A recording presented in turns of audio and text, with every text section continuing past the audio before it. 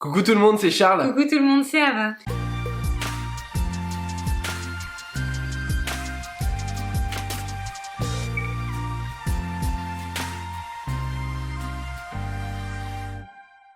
On espère que vous allez merveilleusement Comme bien. toujours. Mais ça vous le savez parce qu'on vous le dit à chaque fois. D'ailleurs vous en avez peut-être marre, dites-le nous en commentaire. Non. De toute façon on continuera. Aujourd'hui, on va revisiter un grand classique de la pâtisserie, la tarte aux fraises. C'est vrai qu'on arrive là à cette saison où les On tartes y aux est fraises totalement. commencent à se démultiplier. On en voit partout sur les réseaux sociaux. Mhm. Ils sont sur les réseaux sociaux. Ils sont partout. Elles sont sur les réseaux sociaux. Bref, vous attendez forcément qu'on vous en fasse une recette ou pas. Mais on va la faire de toute façon. On va vous faire aujourd'hui une tarte aux fraises. Oui, mais une tarte aux fraises tout cas. Et revisiter parce que on a envie de créer, on a envie surtout que vous puissiez changer cette tarte aux fraises que vous aimez pour lui donner un visuel peut-être qui va vous plaire encore plus et avec le goût de tonka qui peut à mon avis rajouter beaucoup. Qu'est-ce qu'il va y avoir dans cette tarte aux fraises? Tout d'abord, une pâte sucrée. Ouais. Là, on reste sur du classique. On va essayer de faire cette pâte sucrée à la perfection pour qu'elle soit le plus jolie possible. Ouais. À l'intérieur, une petite crème d'amande dans laquelle on va incorporer des morceaux de fraises Ça c'est bon ça. fraîches. Ça c'est très bon. Ça va être super. Ça va confire, ça va. On va aussi faire une ganache montée à la fève de tonka et un confit de fraises maison, évidemment. Et il y aura évidemment de la fraise fraîche, ne vous inquiétez pas. Oh oui. Tout autour, il y a un visuel qui est un petit peu inspiré du fraisier Diane Couvreur pour ceux qui le connaissent. C'est comme ça qu'on a inspiré cette tarte. Vraiment, je la trouve très jolie. D'ailleurs, vous nous direz en commentaire à la fin de cette vidéo ce que vous en pensez. On va lancer dès maintenant la pâte sucrée. N'oubliez pas, on se concentre, on la fait parfaitement. Juste avant, n'hésitez pas déjà à mettre un pouce bleu si l'idée vous plaît. Ouais. Ça nous aide énormément dans notre travail. Donc si vous avez quelques petites minutes, et je pense que vous avez quelques petites minutes, même pas 10 Peut-être. millisecondes,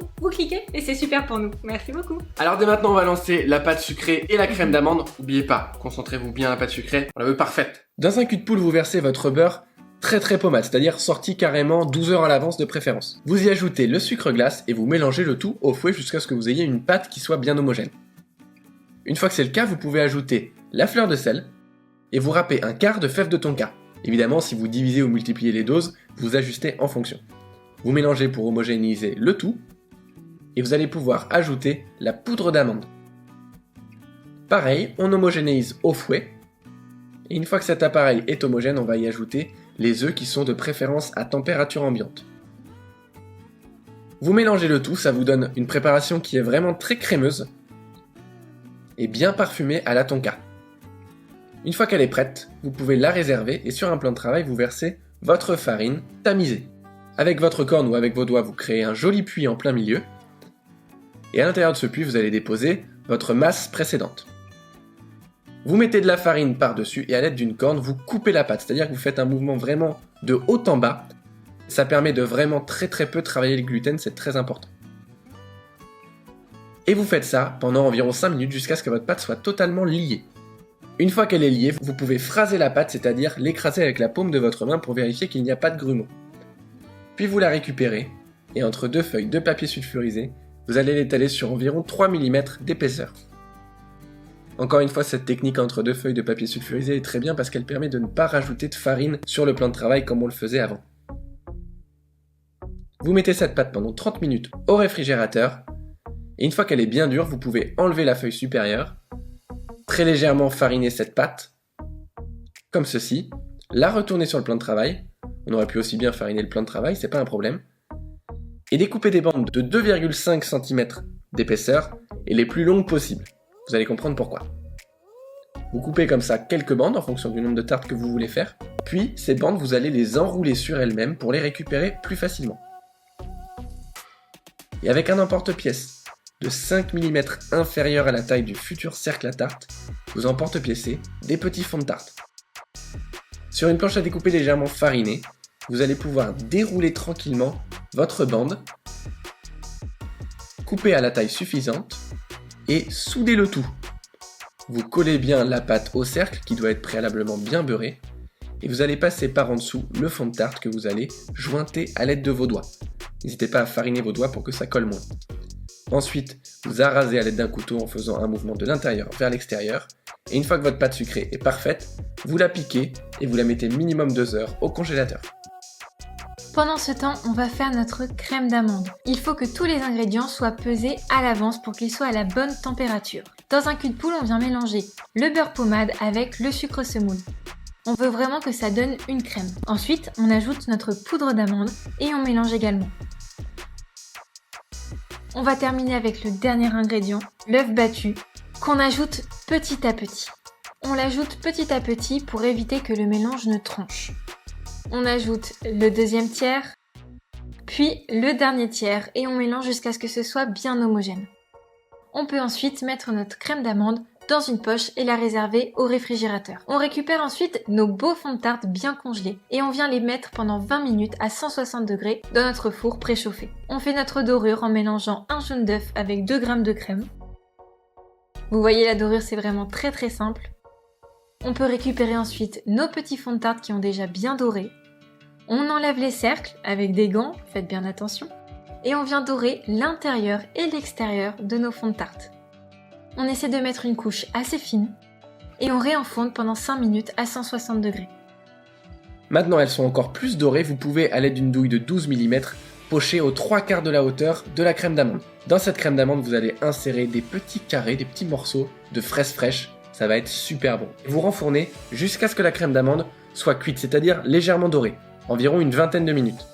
Alors on sait très bien, ne vous inquiétez pas, qu'il y en a parmi vous dont les bords des tartes sont retombés. Malheureusement, on n'a pas le temps en une seule vidéo de vous expliquer tout ce qu'il faut savoir pour qu'il soit parfait. Si vous êtes très intéressé, dans les ateliers virtuels, on voit ça en long, en large et en travers. C'est clair. On vous met le lien en description. On continue tout de suite avec la ganache montée à la fève de tonka. Vous allez voir, bon, évidemment si vous n'en avez pas à la maison, ne vous Mettez de la inquiétez vanille. pas, mettez de la vanille, ça sera parfait aussi. Ou du basilic. On hydrate notre gélatine avec de l'eau bien froide pendant 20 minutes au réfrigérateur. Puis, dans une casserole, vous versez la crème liquide et vous venez râper environ 1/4 de fève de tonka. Si vous n'en avez pas, vous pouvez très bien utiliser de la poudre de vanille ou alors des gousses de vanille, ça sera très bien. On porte le tout jusqu'à ce que ça fume bien. Ensuite, on vient verser ce mélange en 3 fois sur le chocolat blanc préalablement fondu.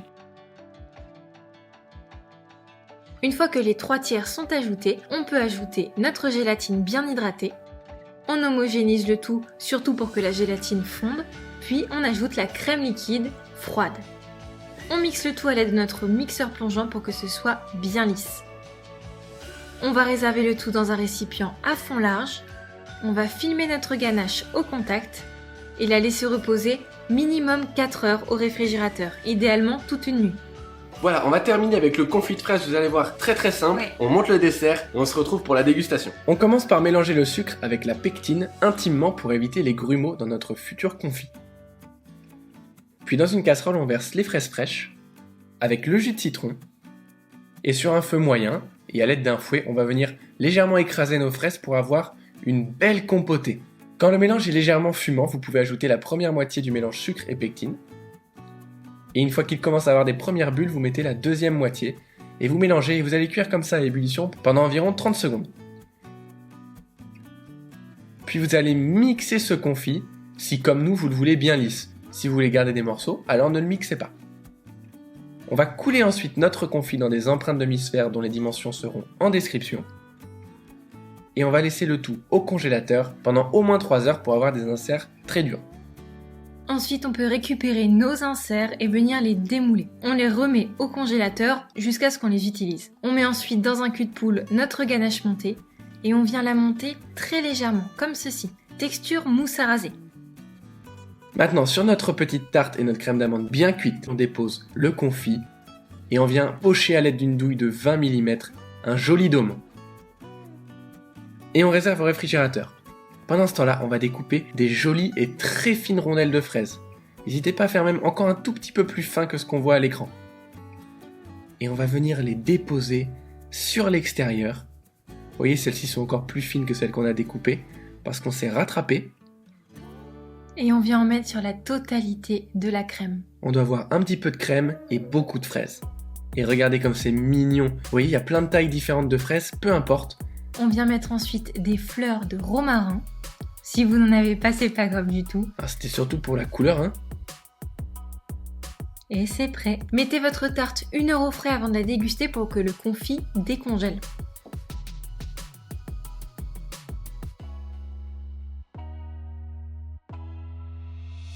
Waouh!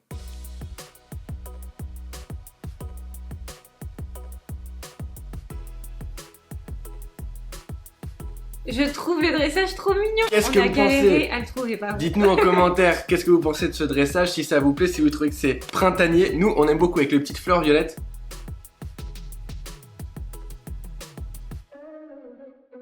La douceur de cette tarte. C'est le mot, c'est exactement le mot. Ça donne le sourire, c'est trop drôle. C'est un câlin tout doux. Je trouve vraiment que c'est tout doux. Oh, c'est ouais. La fraise déjà c'est un fruit qui est doux en soi, qu'on mange quand on a envie de gourmandise, c'est pas l'acidité ou quoi, c'est vraiment hyper rond, hyper doux. Et là la tonka, ça apporte aussi une autre douceur, une autre rondeur, et je trouve que c'est rond, c'est doux sans être lourd. Il y a vraiment ce côté léger avec la ganache montée, le peps quand même du confit, enfin, j'adore, je suis un petit peu subjuguée parce que c'est vraiment un dessert tout léger, tout frais, hyper printanier. C'est clair. Alors là on vous a fait une recette de ganache montée qui est particulièrement légère, c'est vrai qu'on voulait pas un dessert lourd, il y a quand même beaucoup de crème, alors on peut se dire c'est peut-être lourd, ça l'est vraiment pas du tout, on peut vous l'assurer. On voit la légèreté de la crème quand on la monte de toute façon. C'est clair. Et puis la tonka avec la fraise, on connaissait pas l'accord, on l'a tenté comme ça. Si vous avez de la fève tonka, testez, c'est délicieux. Vraiment. Si vous avez du basilic, du thym, du romain, ça marchera très bien avec, aucun problème, ou de la vanille évidemment. Ce sera parfait, testez avec ce que vous avez chez vous évidemment. On espère sincèrement que cette vidéo vous a plu. Si vous voulez reproduire notre petite tartelette à la fraise, faire en petit format ou en grand format d'ailleurs, n'hésitez pas à nous mentionner sur Instagram pour qu'on vienne voir vos reproductions. Franchement, ça nous fait toujours super plaisir de voir que nos vidéos YouTube vous aident à créer des desserts qui vous plaisent. Si ça vous a plu en tout cas, n'hésitez pas à nous mettre un petit pouce en l'air, ça nous fait extrêmement plaisir à chaque fois. De vous abonner et d'appuyer surtout sur la petite cloche, c'est très important. Comme ça, vous ne loupez pas la sortie de nos prochaines vidéos. Et on se retrouve tous ensemble pour pâtisser 2 fois par semaine, c'est trop cool. Quant aux ateliers virtuels sur les pâtes dont on vous a parlé un petit peu plus tôt dans la vidéo, il y a exactement la même chose pour les crèmes par exemple, pour faire une ganache montée, comme on vient de faire en comprenant tous les aspects justement. Sur ce, on vous embrasse très fort, passez une belle journée, on vous dit à très vite. Bye. Ciao.